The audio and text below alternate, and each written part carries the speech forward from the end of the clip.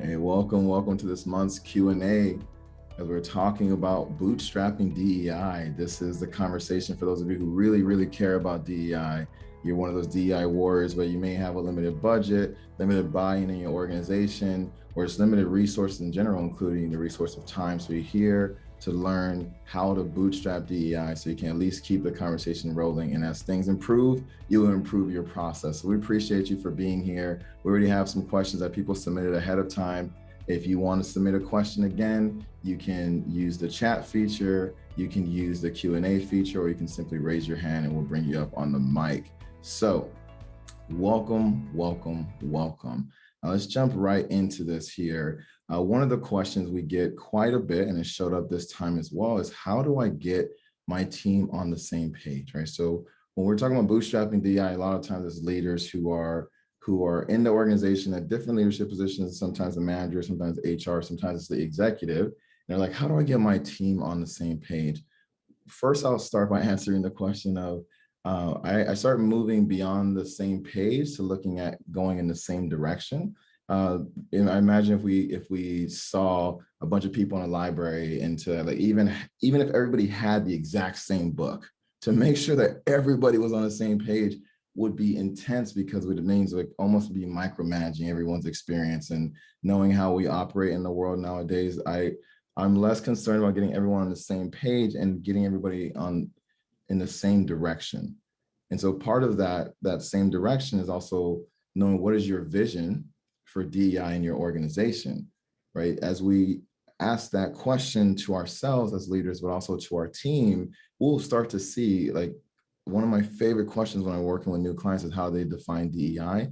And people always give me different answers. So that means in your organization, people are probably defining DEI differently, which also means they probably have a different vision of what it looks like in your organization. So trying to get all of those people on the same page ain't going to work. Instead, we can have a conversation. We can have maybe multiple conversations that start to craft a direction that we can agree on that says, where do we want to go and how do we get there from where we currently are? And we start to build that direction. Part of this is starting to build shared language, starts to see shared benefits, start to have shared understanding of obstacles. Those things are what we can get the same on, and that would also allow us to move in the same direction. So I would encourage you to shift it away from the page and shift it into a direction. So that also provokes more action. Or to me, like getting on the same page means that we're kind of reading the same thing, and that might keep us more in education mode versus action mode. So if you want to get your team on the same page, move beyond the page and move in the same direction that's right for you and your organization. So thank you for that question. That comes up a lot. Also, what comes up a lot is a lot of folks have started DEI committees. You can type in the chat committee if you are part of a committee. if you are part of some kind of DEI committee out there, you can type DEI committee in the chat.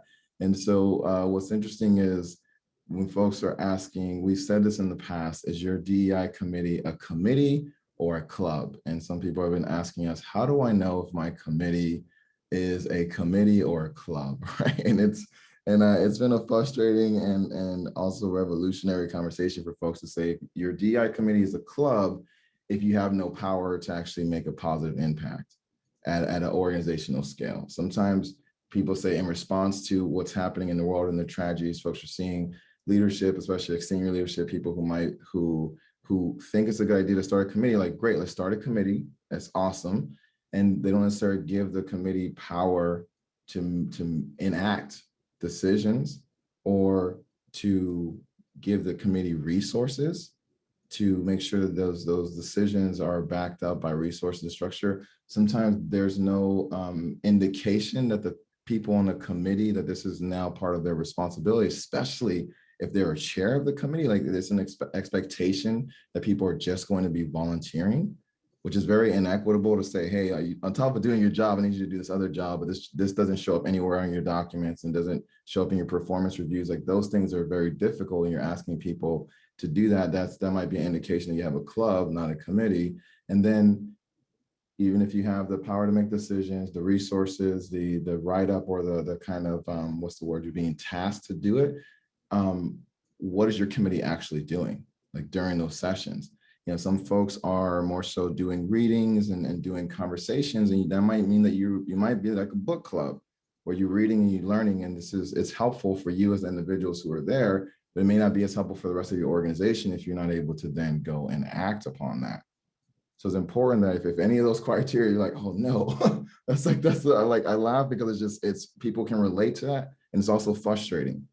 So I want you to know, like, if you're in a DEI committee, it's important that you make sure you actually have a committee, that is tasked with doing something, that it shows up in each of your descriptions, your job descriptions, so that way you can focus your time and attention there. You get the resources, but you also get the approval and a kind of direct path back to this, going in the same direction, a direct path for actually doing something in your organization. And you don't necessarily have to have all decision-making power. There might still need to be approval and so on, but what is that pathway so that you as a committee knows, your leadership knows, and everybody else who's looking to you as a committee to move DEI forward understands what your priorities as well as your pathway is. So that will help you go from a club to a committee. So thank you for those great questions. Let's see here. See, another one popped in the chat. This is going from Sarah. How do I handle DEI when it's Black on Black? Now, that's a pretty big question. I might need to bring you up onto the microphone to get some more context. But I think this is also going back to, how do we define DEI? So while Brian brings you up onto the screen, or to even be able to give you audio, so we can give any more context to this, Sarah, what I'd like to know a little bit more about is, all right, so it looks like Brian brought you up there. So as you get settled, and you might have to get permission to unmute yourself. So, all right, go for it. Okay. So what I'm actually, and you may have already answered it, Kimmy, when you say we have to first be able to define it. If within the organization and getting the approval to do the things that you just described, the pushback isn't coming. The pushback is coming from everybody who looks like me. When we try to work with it and make the change. And that's where I'm stuck, because I'm trying to figure out, and maybe I'm not supposed to figure it out, I don't know. But what I'm trying to figure it out is, we're talking about diversity and just even equality. Why is upper management that looks like me don't get it? And gives me the most resistance. Absolutely. Does that make sense? In some ways, and there could be a couple things happening. So I appreciate you breaking that down. So, and for giving some additional context. So I want to confirm that I heard you back to that idea of like shared language. So you are seeking to move DEI initiatives forward in your organization, and you have some leaders who would be categorized as diverse, who are also giving pushback on DEI initiatives, right? Is that what I'm hearing? Absolutely. And yes, and I would want to know, back to what we said earlier, have y'all had a conversation of what DEI means to you, to them, to your whole organization? Have you already done something like that? Well, we've boy, after hearing what you just said just now, we definitely wasn't that kind of conversation. That's why we're telling y'all, if y'all are trying to bootstrap it, you better start there. I'm telling you, this, you can do that. You can have that conversation for free. It's like, but you need to have that conversation immediately. Because that's a brave conversation you have to have right there. And so what does it mean to you, really quick, before we go any further? How would you define DEI, or what is that vision for DEI in your organization? How do I see it, or how does it exist here? Great question. I would say, how do you see it? Like, what would be the ideal scenario for you in your organization? Okay, so for what would be ideal to me is the same benefits be afforded to everyone, regardless of color, chosen lifestyle, gender, and definitely age. If we could get past all those isms, and if that individual just meet the criteria for whatever is available, that they're given the opportunity, but don't bypass me, right? And it shouldn't look just all lily white. Something is very wrong with that, right? Yeah. So Yeah. that's where so that's my definition of it personally. And when you ask what does it look like in the institution, it looks like that, where I don't fit that criteria if I am not first of all a white female. So you're basically saying fair. So first of all, thank you for clearly articulating that. And then, so you're saying for one is that you are basing this on that we can actually have a criteria, and then the criteria, we can understand how we can meet that criteria, and that that criteria is inclusive of more people beyond, what's currently there right now. Correct. And so it's interesting. I would love to hear how other people in your organization would define DEI too, because some folks, especially, we find this quite a bit with folks who have had to claw through discrimination themselves. Like they can also feel like they're under threat with this new wave of what happens if DEI, if they misunderstand. First of all, if people often misunderstand DEI as just a campaign for minorities, right? So like, oh, it's just for minorities. Like, no. Right. Everybody in your organization will benefit from DEI. So it's this idea of the tide that rises all ships, right? So if you're having senior leadership or managers, and in between you and senior leadership, they might already see that DEI is some kind of a threat to them. And this is regardless of people's skin color. You said in this example, they also have Black or brown skin color. So we know this is not just a skin color conversation. Correct. This is a conversation that, do they feel like their job is under threat as people are now getting more opportunities to rise up, which is a very real conversation, which is why when we start by thinking about how people define it, then further questions would come up of like, what are some of the barriers, or what are some of the obstacles that we're personally struggling with that are impacting our ability to contribute to DEI. We're not going to, you don't have to answer that right now, but these are some of the conversations that we would have further, because when folks have a misunderstanding, the misunderstanding causes more gaps and resistance. And if we can get more clear that these managers would also, I don't know if they're a manager, but these leaders would also be taken care of, would also have more opportunity for empowerment, would also allow the organization to expand even greater, that it's less about a cost, that it's more about the benefit. That's a different conversation than most companies are having, especially when people outside of the company are influencing every single conversation that you're having. It's important that we start here. So we say, this is how we're having this conversation, and we're going in this direction. We want you to get on board with that, because this is also built by your input. So that would be the shortest way I can probably answer that question right now. Okay. And that's good, because it's very brand new for us here. Very new. Yeah. So before you even get anybody to commit to anything, this is like huge. This is how we build the buy-in. Get them to share what they believe the vision of DEI is in your organization. And maybe if you can even get them to put a version of that in writing, so you can have a comparison chart, that would be amazing. But that's, even if just having a conversation and getting folks a chance to say, and what is the best case scenario of DEI, right? Like you might have to phrase, what is the best case scenario of DEI if we're very successful with this? What does it actually look like? What do we want it to look like? Because then some of those things help to reduce the barriers that people are experiencing, or the scared stories that they might have, and all these things that could be very painful. And it helps them focus attention on something more positive that would inspire them more. So, hey, I appreciate that, Sarah. That gets me fired up. I'm like, yeah, I want to answer all those questions, but start there, right? This is the beginning. Thank you. I appreciate you. Absolutely. And what's interesting too, on that metaphor of bootstrapping, it's something that I've heard in the past, is this idea that you can't ask somebody to pull themselves up by their bootstraps if they don't have any boots. So there's some people in your team, and this is for everyone's team, who feel like, I don't even got the boots that we're trying to run. We're trying to strap up and go somewhere. Are we making sure our team even has, again, same and shared language can be a huge piece of the puzzle, just to give people a boot to strap up with and to be moving forward with.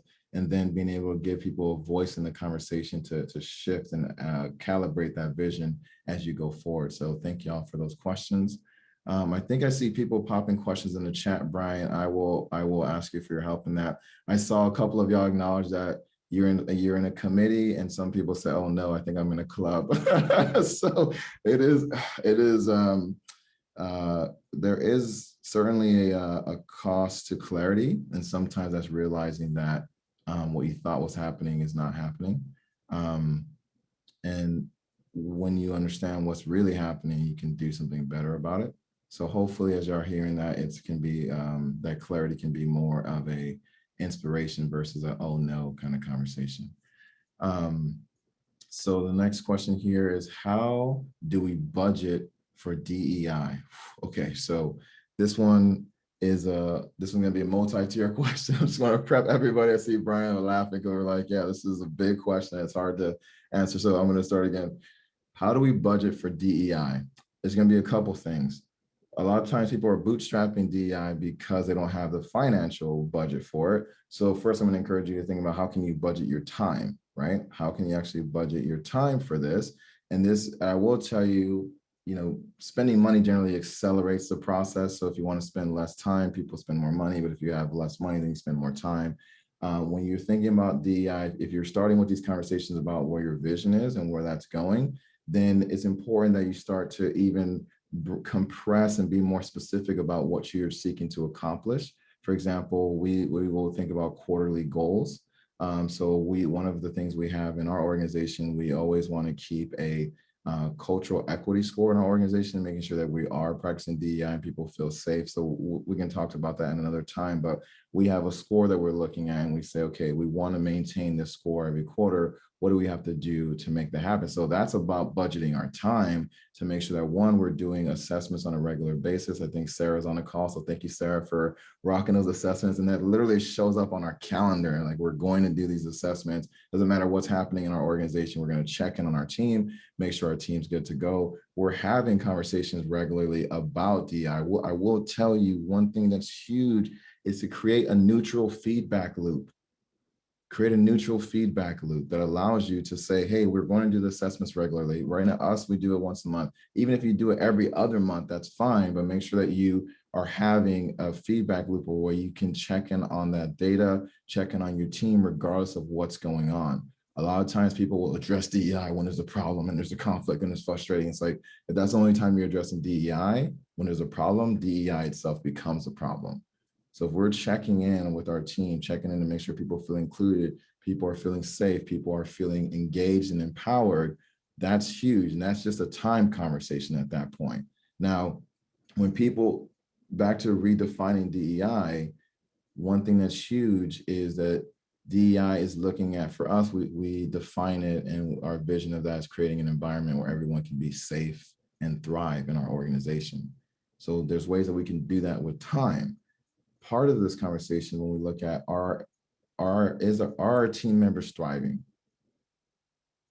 We're going to talk about assessing that in a moment, but once we find out when there's gaps there, diversity, equity, inclusion is helping that individual fill those gaps, helping whole departments fill those gaps, helping whole teams and whole organization fill those gaps. So it's not just talking about race. It's not just talking about politics. It's talking about how to give your employees, your team members, the people that you've hired to be a part of your organization, what they actually need to do their job at the highest level. That's the basic version of DEI. If you're trying to bootstrap that, if you're trying to bootstrap DEI, just focus on giving your team what they need to be as successful as possible and communicating through that process so that if what they need changes, you adjust to that process. And so that might be when you start to get into the budget part of this conversation, because you might be providing them more resources, maybe more support, more training, more coaching. I don't know what that looks like for you and your organization, but it's important that you start to figure those pieces out. So when you start to then looking at the financial portion of this, every DEI consultant we work with and talk to has different pricing. And so it's interesting for you that if you know someone you really would like to work with, like, for example, if it's us, like, find out what their fees are and start to wrap your mind around that. And it's okay if you can't afford the thing now. I will, on a side note, I'm going to tell you, if you can't afford a thing, like, it's great to just tell the consultant, like, hey, like, we can't afford it right now. we're literally like just doing our research right now. Don't be mad at us if we kind of fade to black and you may not hear from us for a while because we're not quite there yet. At least if you communicate those things for us, for our perspective, that's huge, very helpful. So just going to say that real quick. But as you start to budget for your pieces, it's important that we know our whole world is in a time of tight finances. Absolutely fine. It's important for you to be thinking, what are the financial benchmarks that you would need to reach in order to start allocating even like 10% of your budget towards DEI, 5% of your budget towards DEI. But what are those numbers? When do you reach the part where you're in the green and you're able to start to allocate some more of those dollars toward your DEI trainings or consulting or coaching or programs, whatever it is, and then communicate that to your team. Please let them know that you actually have a roadmap for this and that their efforts are helping to build that up. Then people can be like, okay, I see where this is going.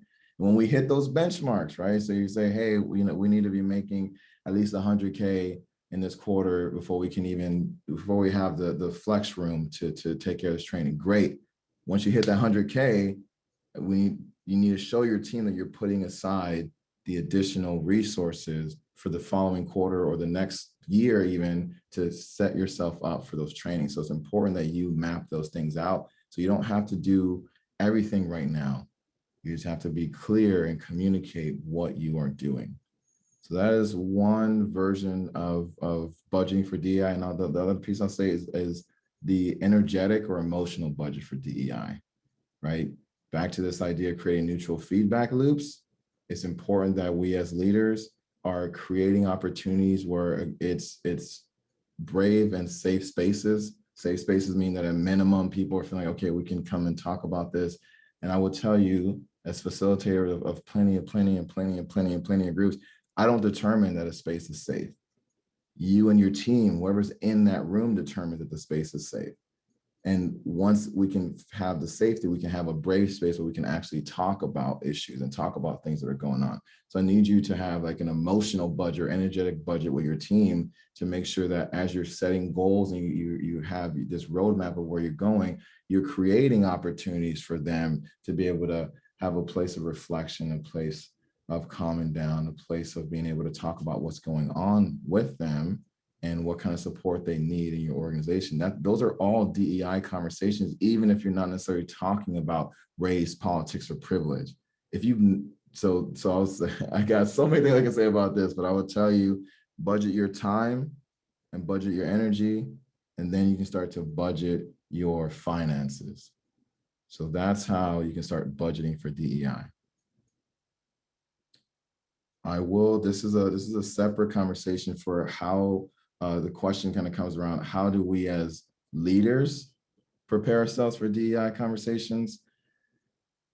One, especially being a leader right now, any kind of business owner, but especially if you're a startup or you're a small kind of scrappy team, being a business leader in general is one of the most traumatic type of experiences that we put ourselves through, right? Sometimes trauma happens to us in the world and that's terrible. It's like, but signing up to be a business leader is like, hey, we're signing up to do one of the hardest jobs in the world and consistently doing it during a pandemic, it is very, very intense.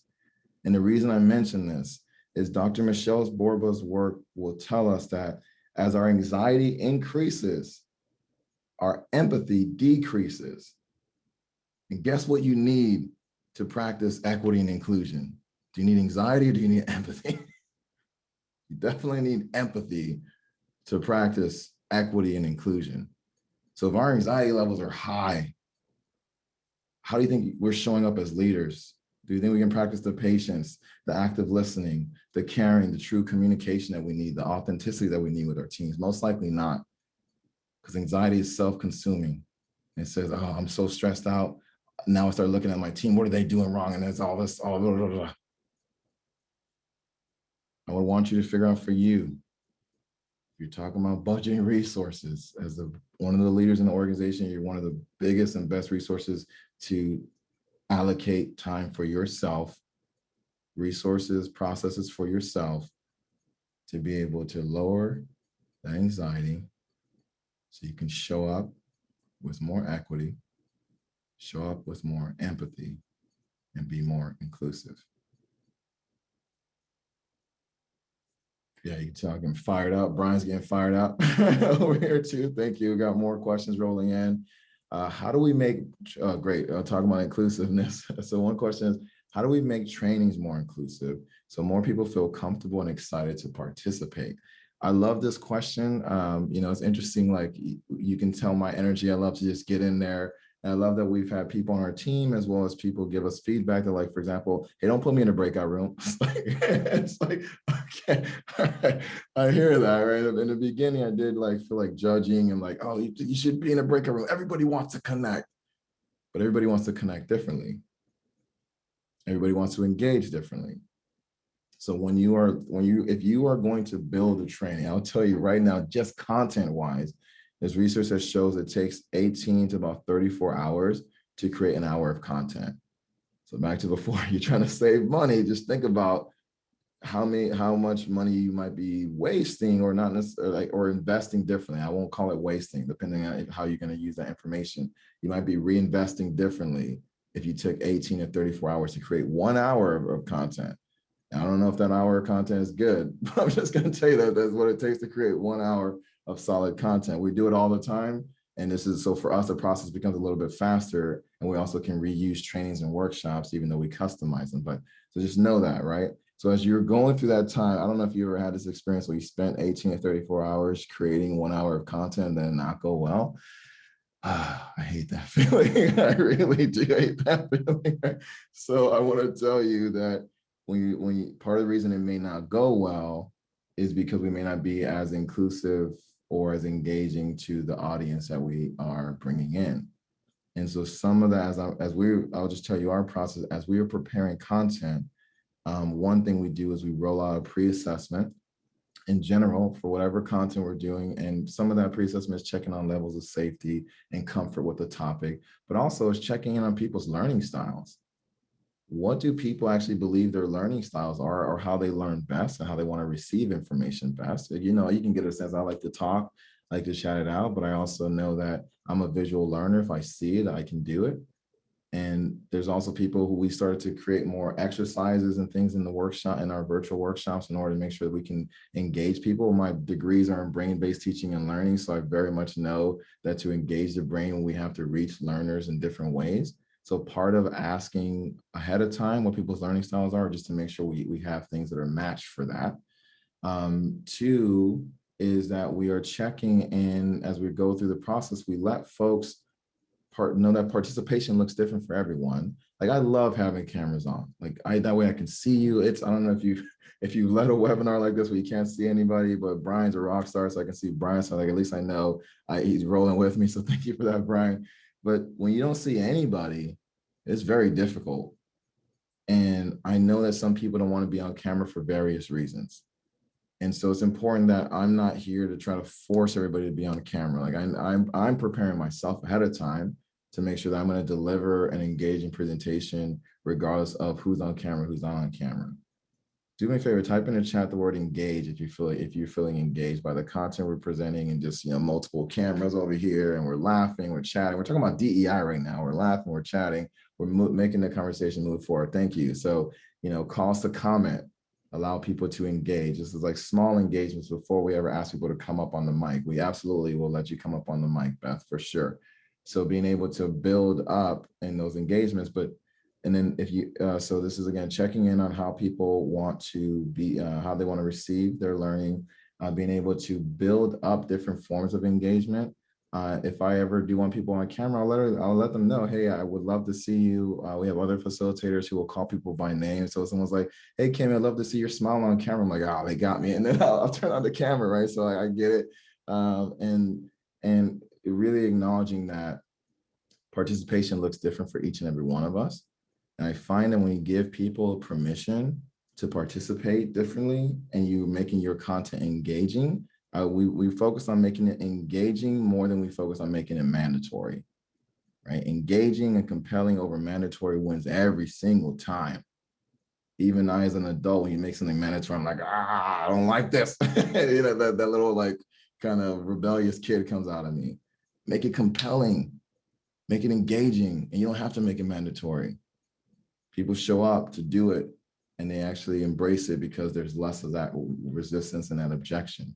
And then the last piece is really, really taking in feedback, letting people know how they're going to be able to give you feedback. Hey, at the end of this presentation, you get a chance to give me feedback. Don't be giving me feedback in the middle of it.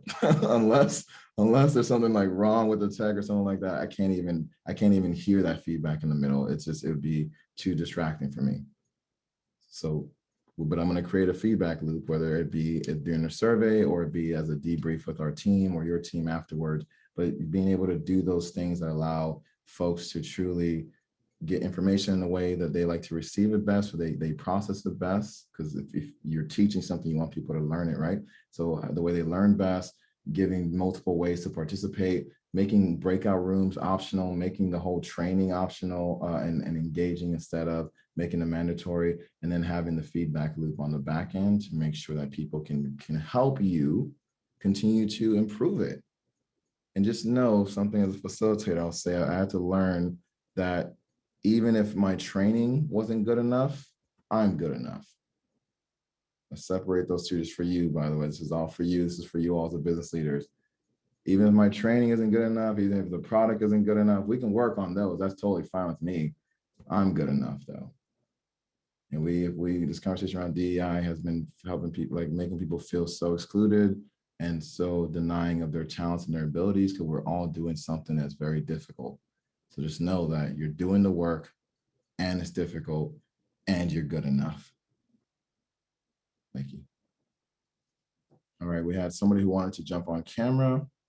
All right, so Beth, so I'm going to read Beth's question as Brian will bring it. So if you're jumping up, if you can turn on your camera, that'd be great. I didn't have Sarah on earlier because Sarah's camera wasn't on. So if you're going to just do audio, that's fine. You just see my face as you're talking. But if you turn your camera on, we'll bring you on camera as well. So as we're figuring out Beth's situations, how do we avoid centering whiteness in EDI training / workshops? How do we avoid pandering to the resistance? All right, Beth, you want to give me some more context there? Hey, Beth's on camera. Let's see here. Let me do this really quick, Beth. Let me pin you here. All right. So then, Beth, you're going to see me see you. Hey, Beth, how you doing? I'm doing well. Thank you. How are you? I'm doing good. Thank you for joining us and joining us on camera. So yes, can you give me some more context for your question? Sure. I didn't really need to be on camera. Sorry, but I did. Okay. We can take you off camera, Beth. We can take you off camera. No worries. I do like the earlier question. I'm getting pushback from the unexpected folks, and that were fellow BIPOC or racialized members of our organization. For some of what you said, people aren't used to the discussion. Some folks are pushing back because they feel their lived experience makes them more expert, so to speak. And so it should have been them. And some people believe that it's a leader is part of the system. So as a leader, as an administrator, you can't understand this, right? So some folks are saying things like, you have to make sure you don't, when you're doing the training, don't center it around whiteness. Like don't coddle, baby, whatever you want to use the word, white folks. Stop pandering to the resistance, right? When you say pandering to the resistance, can you give me an example?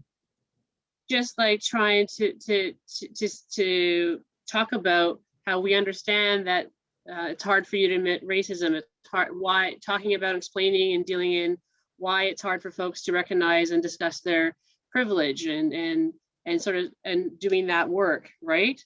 And then so that makes it kind of so they're seeing that as just a white problem?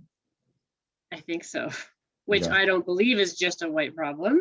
I'll tell you right now, it's not a white problem. I mean, some people, and this is going back to one defining DEI and that people see it as just a minority thing. Cause they're like, oh, only white people have privilege. It's like, no. If we really break down what privilege is, everybody has a different version of privilege. And we can talk about how there is stolen privilege, there is earned privilege, there's given privilege, and we are not talking about privilege that way. We're talking about privilege like white America versus everybody else. And it is, when we start to break down privilege, we're looking at I'm trying to debate if I should get, no, I'm not going to say this right here. So I will talk about that another time, but I will say, Okay. when we start to break down privilege differently, we focus that conversation on how we use our privilege. And I'll offer you this one question, is asking folks, how can we help more people get access to the privileges we enjoy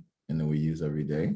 Like, that's a different conversation than most people are having around privileges, right? So it's like, hey, if I have them, I have technology privilege right now. You just see it, like I have 4 or 5 screens in front of me right here on this table. I have education privilege. I have 3 degrees from private institutions, right? I have smile privilege. People trust me because I have a smile, and they're like, oh, I like that guy. So yeah, we don't talk about privilege in this white and black kind of conversation, because it's not just a white and black conversation. Right. So and you said people have their lived experience. So they feel like their lived experience gives them more privilege to be the person leading it. And maybe that's true. I don't know in your situation what's going on there. And maybe there's a way to honor that and say, great, how can you use that privilege, that experience, because experience is privilege. Perspective is also a privilege. Help me use that information to actually make the change. You're fighting me as a person who's here in this role right now. How about you help me make this conversation? So in one way, maybe they believe they are helping. I think most people will believe they're helping by giving feedback, even if the feedback is coming in if the feedback is coming in ways that are really hard to swallow. Let's say it like that. Let's say it like that. So as you're talking with your team, it'll be interesting I would encourage all of you, for your beginning conversations, if this sounds like this is kind of a beginning conversation, center it on trust more than anything else. Center it on trust. We center it on trust, and we center it on, I'm in Canada. We do a lot of work with our Indigenous partners, and we center it a lot on humility and walking with humility and trying to walk alongside, right? So that helps. If you said you centered on trust, and this seems like there's a little bit of a challenge, though, that the trust is not there, though. The questions you just told me are trust questions. Right. I mean, we're centering our work on wanting trust, like through humility, right? We're asking, right? We're trying to be as humble as possible. Are you asking directly, how can we build trust within this organization? Or I don't know what's the scope of the work you're doing. We have, yes, but it's a small group. Don't get me wrong, it's a small but loud group. Is if you're a part of the oppressive system, then you can't be leading this work. You can't get it. You can't understand it. Okay, great. So they're telling you they want to be understood better, want to make sure that one version of what I hear, I should say, is that they're looking at you as part of the system. I wonder if they see themselves as part of the system. I mean, we all, it's very interesting that some people, we forget to acknowledge that we also have oppressive tendencies, and there's like, oppression is not a skin color conversation. It is a skin color in the way it's shown up, but there's people who are oppressing each other for all different types of reasons and skin colors. So it's interesting of like, there's a lot of conversations to like, I don't know these folks, I don't know what you've already said and so on, but it sounds like if they're telling you this, I'm telling you in response, there's not trust. So they're basically saying, we do not trust you currently because you are part of this system. They have othered you as they may have felt othered by others who look like you or who are part of the system. All of that is valid, yeah? Like, I'll tell you right now, like, it's not here to say that they're wrong. It's that this is their experience and this is what they're standing behind. And so I would ask you to double down on that. Like, what are you doing to invite them in? And you said that they are a loud and vocal group. Instead of fighting them, how do you bring them into, and I don't know that you're fighting them, like instead of kind of keep bumping up the resistance, how do you bring them in to ramp up the potential for progress and change? And this is, again, I'm just telling y'all this as you're bootstrapping. It's like, I'm just asking questions. We're not going to be able to answer them because we're not in your organization.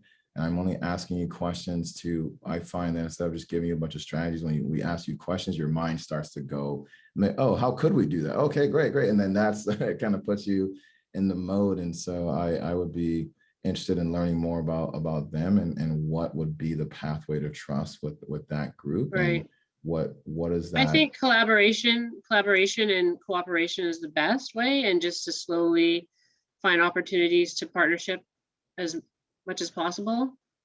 But still, you know, the majority of the organization is on board and is moving in the right direction. And the truth is that these folks and leadership are on the same page as far as moving down the road of a more equitable organization like that. They're absolutely on the same page. Mm-hmm. But you're right, just need to find ways to build that trust back.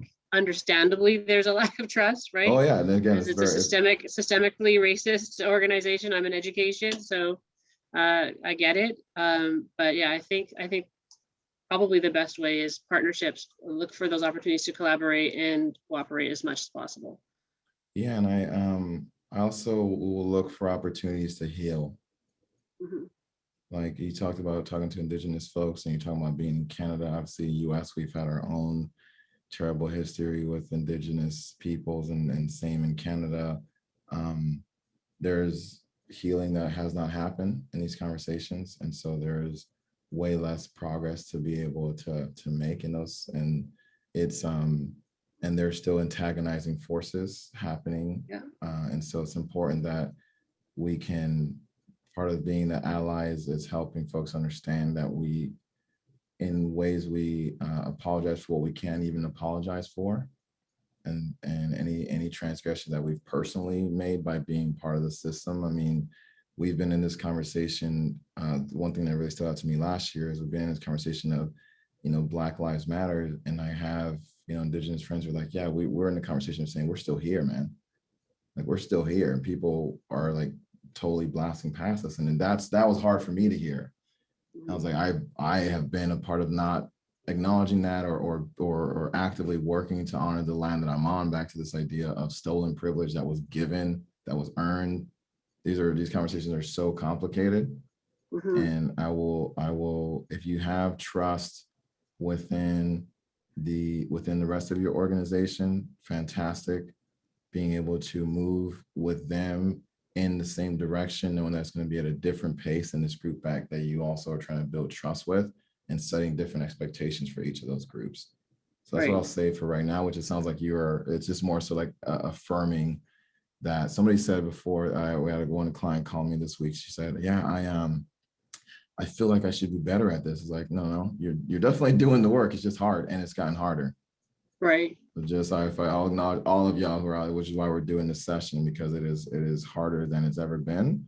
It's more intense than it's ever been, and we are both being strategists as well as healers, as well as educators, and most of us are not prepared and trained to do all those things at the same time. A colleague back east said in Ontario said something that really struck with me and resonated with me. He said it's very hard work because it's heart work. It's heart work. So that's why it's so hard. Just for anyone who's interested, if you're actually having the same problem where some people are calling you out on your privilege because of your leadership and not seeing their blind spots on their privilege. One thing that I do know worked a bit for us is looking at intersectionality. So when you have discussions about intersectionality, then people start to see their privilege. Yeah. Like all folks start to see, yeah. And this is why we said so. Thank you, sir. I'm going to share this last piece, and then, but yeah, we will fade you back out. So thank you for that. Thanks, Brian, for your help. So when we're talking about what you were just mentioning of these intersectionalities, it's really important that I just have to load this really quick. It's really important that we are talking through this conversation of how are we honoring all diversities, and this is one of my favorite diagrams that still doesn't scratch the surface. This is from United Way of Asheville. Look at that, system's breaking. It says you can't talk about these kind of conversations. It's like, so oftentimes when we're just talking about, for example, race and ethnicity, you know, we're covering a couple of these conversations. And back to what you were just saying, Sarah, look at all these intersections that could possibly be happening with any person at a given time. And are we helping our folks understand that we are creating a culture of equity, that all people can advance in our organization? And if as we start to do that, we help them say this is a systematic effort to advance people of all diversities in our organization. No matter how big we are or how small we are, we're actively working on this. and be based on where people have been and and again, the traumas and the ways they've been held back. Part of the equity conversation is saying, yeah, they might need additional support, might need additional healing, might need additional apologies, right? These are real things. And part of our responsibility, and I know that word's a loaded word, I like Tony Robbins' definition, is our ability to respond.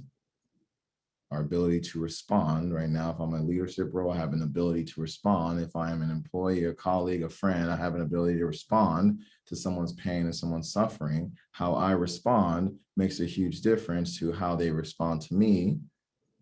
Which one do I control, though? How I respond. And I'm not going to make myself wrong. I'm not going to make them wrong. I'm going to do my best to continue to respond with empathy, which, back to what I said earlier, requires us to lower our anxiety, our stress, our frustration, even lower our own defenses in order to make sure that we actually hear this person and we hear this group of folks and meet them where they're at to move forward. Thanks for doing the work, everybody. It's like, I laugh just because, holy crap, thank you. Thank you. So it looks like we got Patricia who wants to jump on. Thank y'all for making this an engaging, I was going to call it an open mic. It's not an open mic. For an engaging Q&A session. I appreciate y'all sharing your questions and you also coming here to get unstuck, which is what we wanted to offer. And so as we work on getting, is Patricia still here, Brian? Oh, there you go. So as we get Patricia on here, what I'd like to do is I'll have Brian pop into the chat. For those of you who are wanting to dive a little bit deeper into the issues that are plaguing your organization, we have our Next Steps to Thrive call, which is really literally focused on what are your next steps to help create more thriving in your organization. So I'll have Brian pop that in the chat as we get our next person up to be able to share a little bit more with us. So thank you there. Thank you, Brian. So ask to unmute, so you should be good to real quick, Kemi. So Patricia didn't confirm that she wanted to come up to the mic. I had simply asked, I think she asked a clarifying question. Oh, she's here. She's here. Oh, hi. Sorry. Yeah, I didn't know if you were talking to me. Patricia Stokey, is that who you're referring to? There could be other Patricias. There could be other Patricias, but you're the one we're talking to right now. So yeah, well, I wanted to, I put in the chat that I appreciate your comments that we are enough. So thank you for that. And then you made that comment and you said it in such a great way. I wanted to hear it again about when talking about privilege, how we can make it so that other people can have privilege or have privileges we don't have. I don't know. Anyway, you said it really well. So I wanted you to say it again, if you could. I was going to tell you to go back and watch the replay, but since you're here live, because I want to make sure I read it to you, is how do we help more people have access to the privileges that we enjoy most, is one version of that same question. So how do we help more people have access to the privileges we enjoy most? Okay, and so one yeah, go ahead. Oh, I just thought that was such a good way to we have access to, is that what you said? Yeah, because I think it puts privilege in a, well, I think it puts it in the perspective is what you were referring to then later, that everybody has some privilege. There's different privileges. And I suppose even the situation you're in will create different privileges. So, oh yeah, absolutely. And the context, because if I'm with a certain group of people, I won't have privilege with those people that I might have with other people. So is that correct? Oh yeah, 100%. It's I'm wanting to pull up a bunch of slides and go into like teaching mode, but we will have to do that another time. I imagine we even have a training, so we'll see if we can find that. We might already have a public training, but we talk about that all the time. Is, you know, right now we've been talking about you know, sometimes when people mention white privilege, there's a bunch of different ways that shows up, and we're totally you know, accurate about that, in the sense that oftentimes there are people of a white skin color who can have greater privilege in certain areas. depending on where that person goes, that same skin color can become not a privilege, can actually be a threat. Just like for me, like there's areas where I'm in, and I very much feel like, okay, my skin color can get me attacked. And there's other areas where I'm like, okay, my skin color is a privilege here. My skin color gives me access to things that other people may not have access to. And instead of like feeling guilty, one of the questions that people ask us all the time is, how do we talk about race?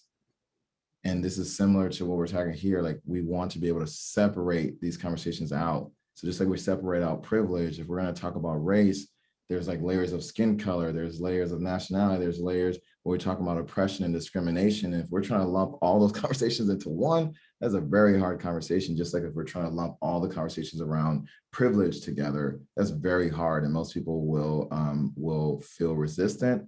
Most people will feel angered. Most people will feel frustrated. So our goal is always to kind of separate them out into pieces and have different conversations to get a sense of where people are at, and have these building blocks that allow us to eventually get to that point where we can say, if my focus is helping people get more access to the privileges that I enjoy every single day, that's a whole different way to be a leader, whole different way to be a human being on this planet right now. So many people are struggling.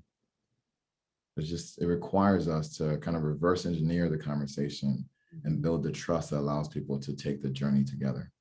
Yes. So thank you for that question. Thanks for that follow-up. I have one other question, if that's okay. Whoa, you're trying to get 2, 3 questions. No, you're fine. Go. You're good. Thank you. From an organizational perspective. So, and I, working with a community college where we are doing a DEI racial justice program for the whole college. They're trying to put it together at this point. It's very early stages, but they've divided us all up into committees, and we don't really have any access to the other committees. And so it's weird because I wanted to, for instance, introduce you to them all, which I have sent information about you. But at the same time, it's like, I feel so siloed that I don't know how we fit in to the rest of the picture. I don't know. So I guess what I'm asking is, and I'm just, a low person.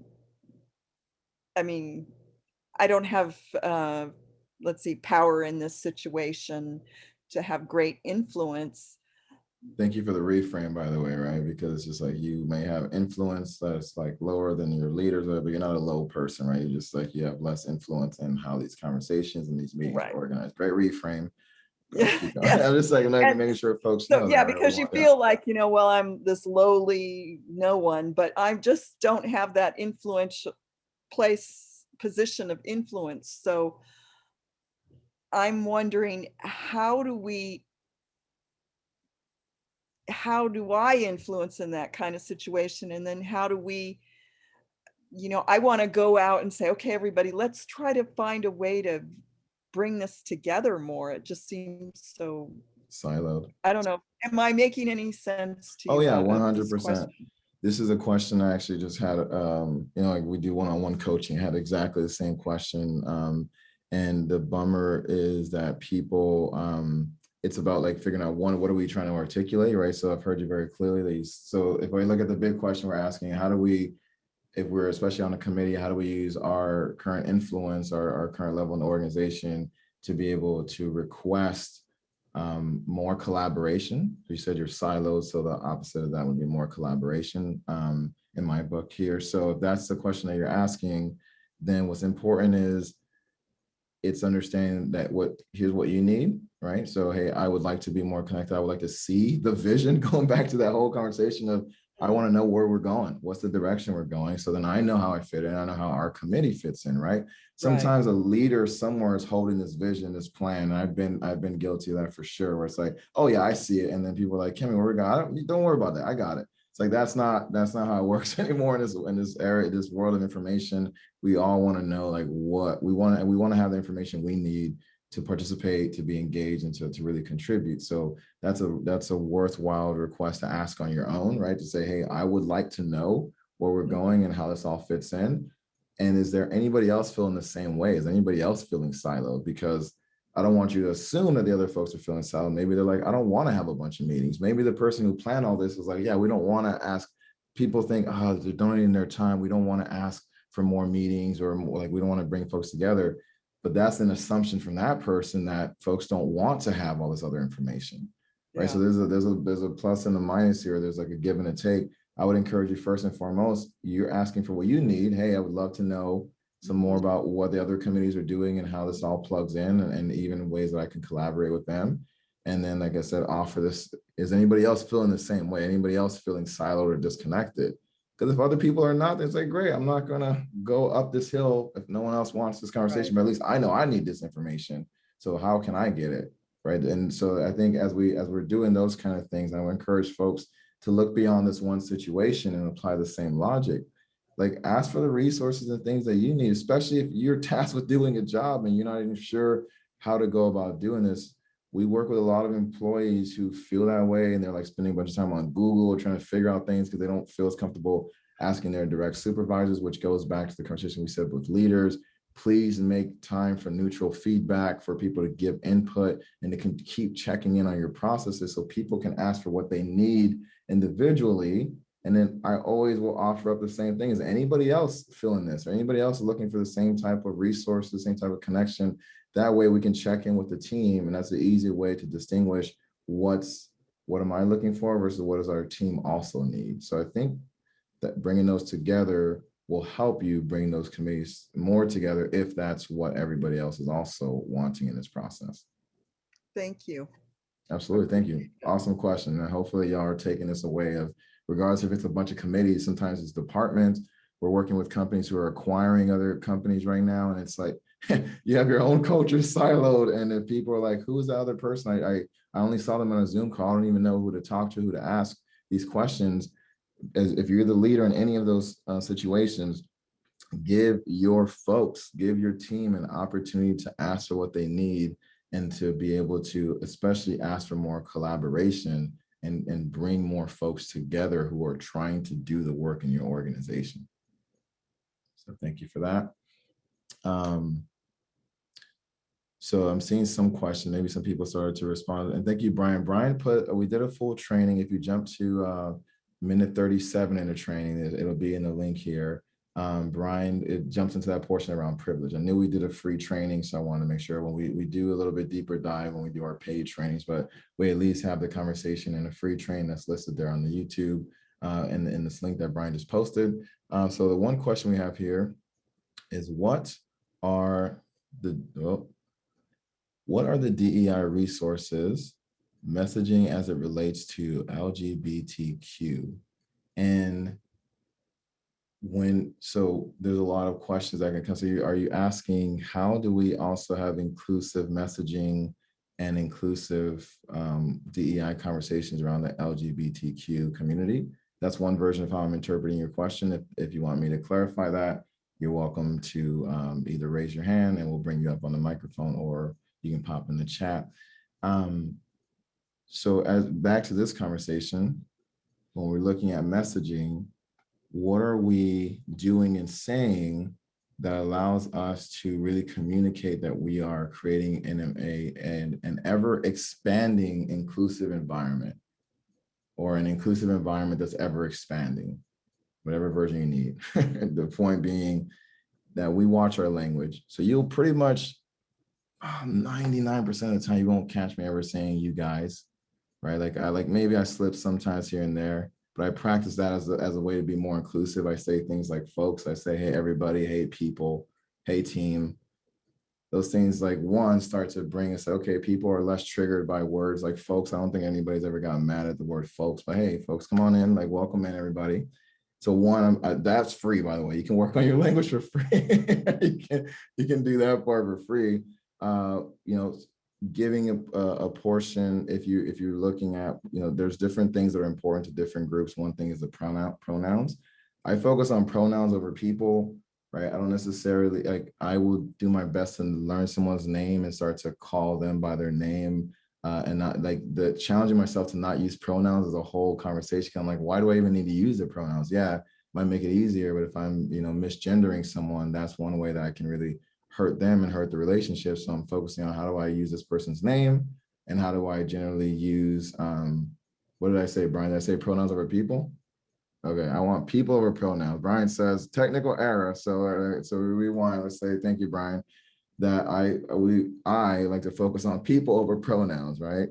Meaning that I'll focus on who the person is, what their name is, and how to be able to talk about them as an entity, as a human being, versus just using pronouns.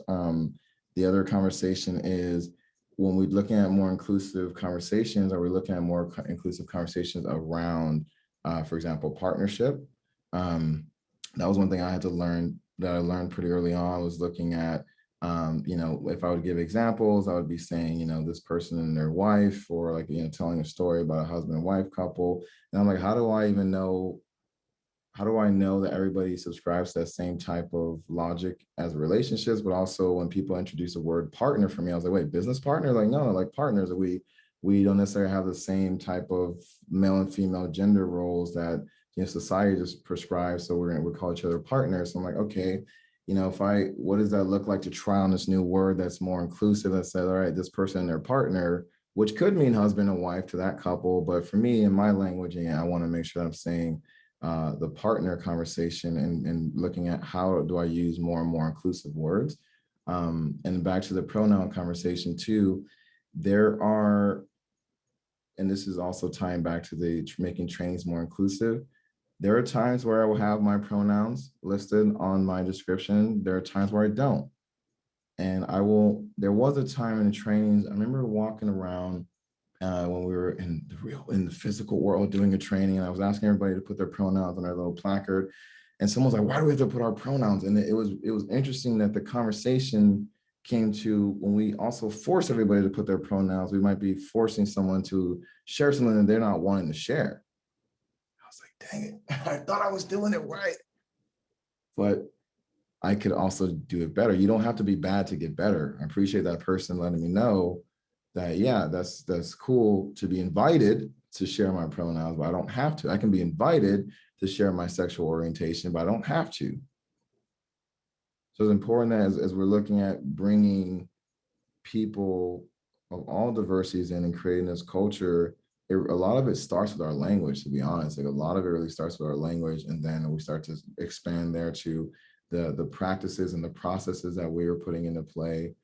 And then we start to look at what kind of policies, and making sure that we are creating a more fair organization. So if you're feeling like, hey, maybe our organization isn't fair towards LGBTQIA folks, and how do you start to make it more fair? What are the barriers that folks in that group are experiencing that you can start to reduce from your place from wherever you have your place of influence?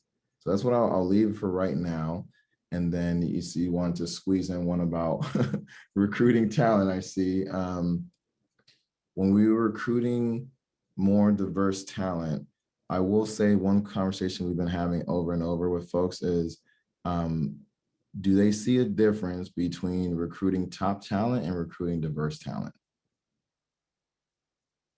Do you see a difference between recruiting top talent and diverse talent? Now, some people say they don't, but then as they talk to me about, like, yeah, we're looking for top talent and we got to like do this diversity recruiting too. It's like, well, that means you're separating the two. In your mind, your team's mind, you're separating the two.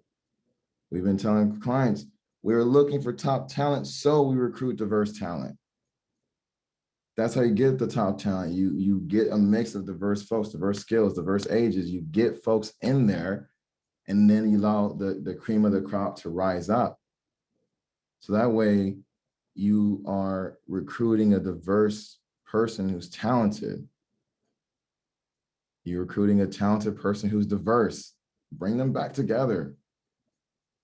And that way, regardless of that person is in the LGBTQIA community, if they're in a different community, you're recruiting them because they can show up and do the job. They can solve a problem for your organization. They're going to fit in. They're going to thrive in your organization. And great that they also are bringing more diversity into your organization. If you're recruiting for the diversity part first, it feels like you're like recruiting like a token. Like, hey, we got a Black guy. Yeah, he has dress and he has a great smile. Man, we're doing freaking awesome. I'll tell you, that's not going to go too far in your organization. I'll just leave it at that for right now. So please make sure you are recruiting for you are looking to find the top talent. You recruit diverse talent. Bring them back together, please.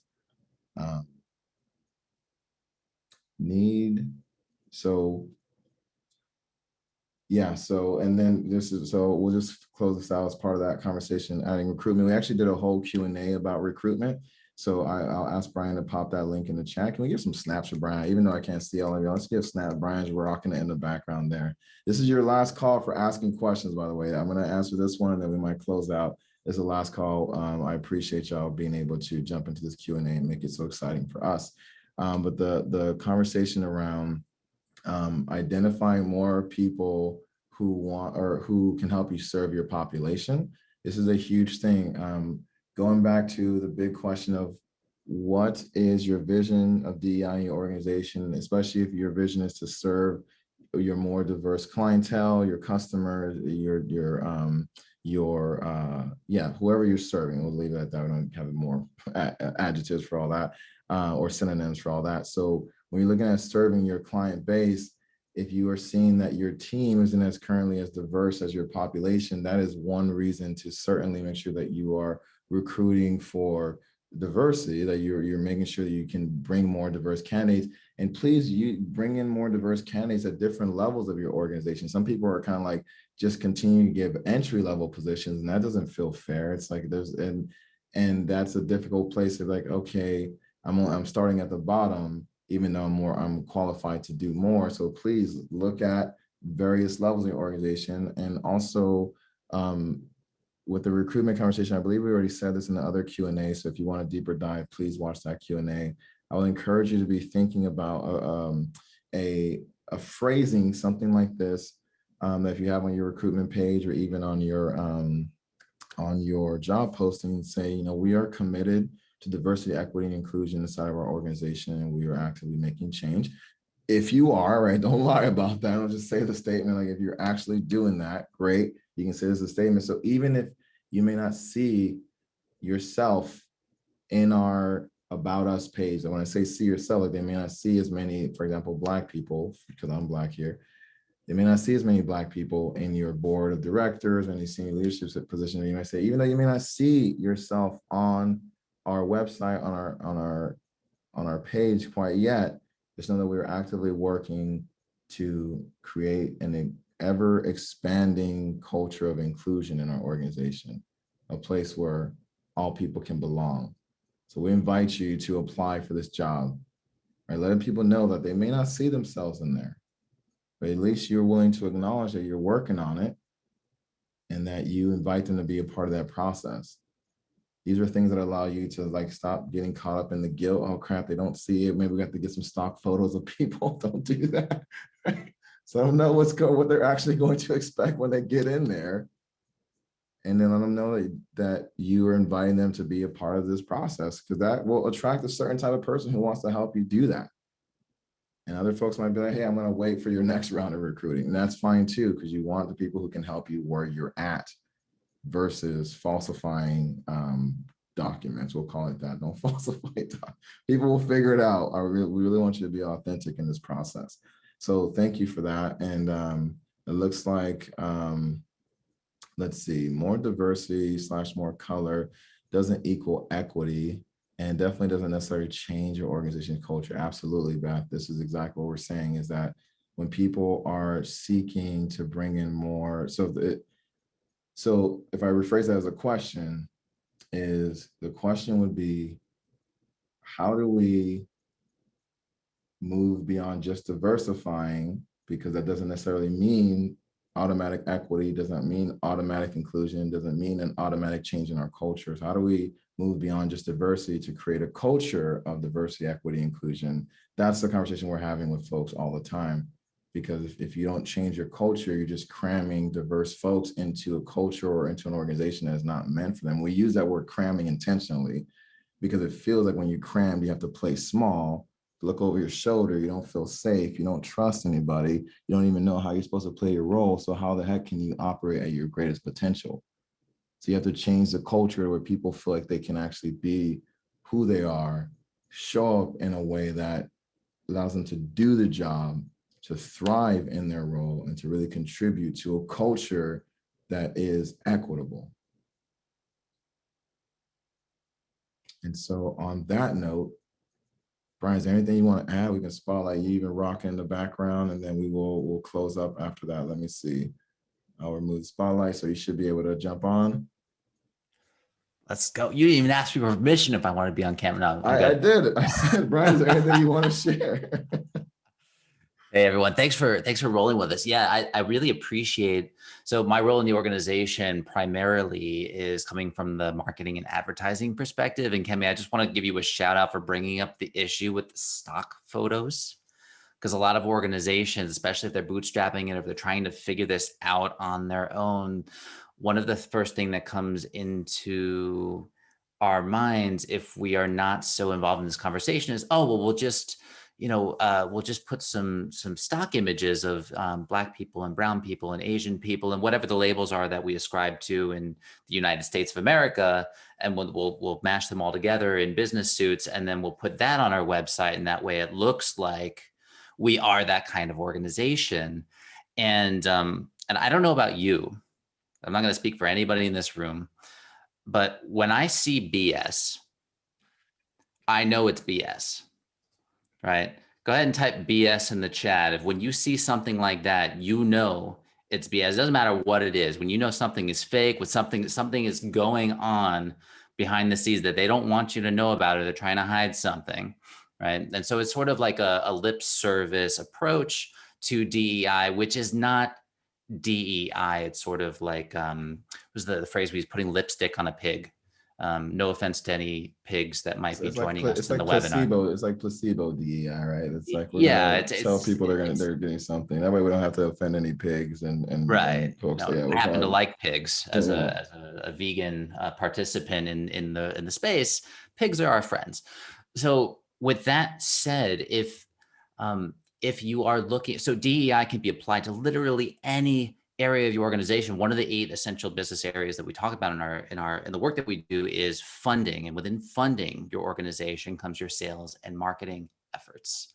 And so if you're thinking about how do I embed DEI into my organization's funding efforts, and you're looking at, let's say, your marketing strategy or the way that your salespeople are interacting with your customers, or the messaging or the languaging that you have on your website or in your social media posts or in your email blasts, and the kinds of images or the kinds of media that you produce to represent your brand and your organization, my invitation to you is, if you feel like you need to update it to look a certain way, but you're not there yet, instead of updating the media or the languaging without first getting the core of your organization there, focus first on the core of the organization. And we saw something that was absolutely incredible. I think Kemi remembers the specific languaging around it, but there was an About Us page. It was an organization that is doing this work. And if you go to their About Us page and you look at their board of directors and the executives and the leadership team, and it's primarily white Caucasian folks, but then they put a banner, a disclaimer that said something to the effect of, look, if you come to our website, or if you experience our organization, you feel like you are not represented in who you see on our website, please know that it is something that we are fully aware of. We acknowledge our role in perpetuating that aspect of society, and we are actively taking steps to build more diversity, equity, and inclusion in our organization. And I thought that was absolutely fantastic. And then you could even take it a step further. So it's one thing to acknowledge where you are, right? If you find that when somebody acknowledges that they are a work in progress, go ahead and put the word acknowledge in the chat. If that is something that you really appreciate about people, and then the same thing goes for brands. Put the word acknowledge if you appreciate when people acknowledge that they're a work in progress, right? So when a company acknowledges where they are and that it's not perfect and they're taking steps to do something, they can take it a step further. So if you find yourself in this situation, thank you for the chats, by the way. If you find yourself in this situation, you can take it a step further by getting to know your customer base, your audience, and you can do this even one-on-one. So one example of this that I really appreciate is there's a company called ClickFunnels. And what they do is when, whether you are using their products or whether you are just in their audience base, they will send out emails periodically and they'll try to reach you in different ways. But what they do is they will ask if, hey, can we send one of our representatives, one of our people to just hop on a 15-minute phone call or Zoom call or have a chat session with you to get to know you and who you are and what you care about, what's important to you. And then if you want to share feedback on our products and services and how we can better help you, that would be amazing. Now, this approach doesn't have to be done on a huge scale. I acknowledge it will take a lot of time and resources to do something like that. If you were trying to reach thousands of people, you need a whole call center to do it. But you could allocate 1 or 2 people in your organization and say, hey, first come, first serve basis. We would love to get to know some of you who are rolling with us, right? And for us, these Q&A sessions are one opportunity for us to get to know you. And also, what are some of your concerns and the things that we can help you with? And we get to see who you are and get a sense of what you're dealing with. And if you don't yet have the level of trust that you are seeking to have with the community that you're connecting with, you can, what ClickFunnels does is they say, we know that you're really busy and you don't have to give us feedback and you don't have to let us get to know you. So if you do take the time, we would be totally happy. We will send you a $15 Amazon gift card as a thank you, just to like really appreciate your time, because you're an entrepreneur, we're entrepreneurs, we get it. Right. And then for me, I was like, I want to do this. I want to jump on a call with these people. I live in Germany. I cannot use an Amazon.com gift card. I can only use Amazon.de. Yes, they're different. But for me, it was like, I don't want the gift card. I really appreciate this company so much and the way that they approach this. I want to get to know them. I want to know who's behind the scenes. And there's some really incredible people on staff. And I've experienced people of all visual diversities, right? Different skin colors, et cetera. But the folks that are working there are also coming from different backgrounds. And so that's one of those companies that's sort of taking active steps to expand how they see their people. And so these are just some things that you can think about if you are looking to step beyond the diversity stock photo issue. And by the way, if you try to, if you're in the marketing and design realm and you search for diversity stock media in general, you're going to have a really hard time finding things that are culturally appropriate or even in alignment with what quote unquote real DEI is moving towards. So I'll leave it with that. If anybody else has any questions, comments. I'll leave it with that. Good luck. Yeah. So, yeah, I mean, we've also had the same challenge of, trying to use stock photo banks like Canva or what are some of the other big ones. And it's just very interesting how they've also kind of try to avoid getting in trouble. So there's a lot of pieces to this puzzle, and why we want to say thank you again for continuing to make that effort. And Brian popped this in the chat earlier. I'll put it again. If you're really trying to thrive in this work, please schedule a Next Step to Thrive call, and we'll at least help you think through what is that next step for you and your organization to make sure that it's not just problem solving. It's also, what are we doing to get to a place where we can celebrate more of this? That if your organization is getting more and more equitable, that's awesome. That's a great thing. Let's actually celebrate it, even if it's an internal celebration, just letting people know that there is progress being made and that there's ability to continue to trust folks.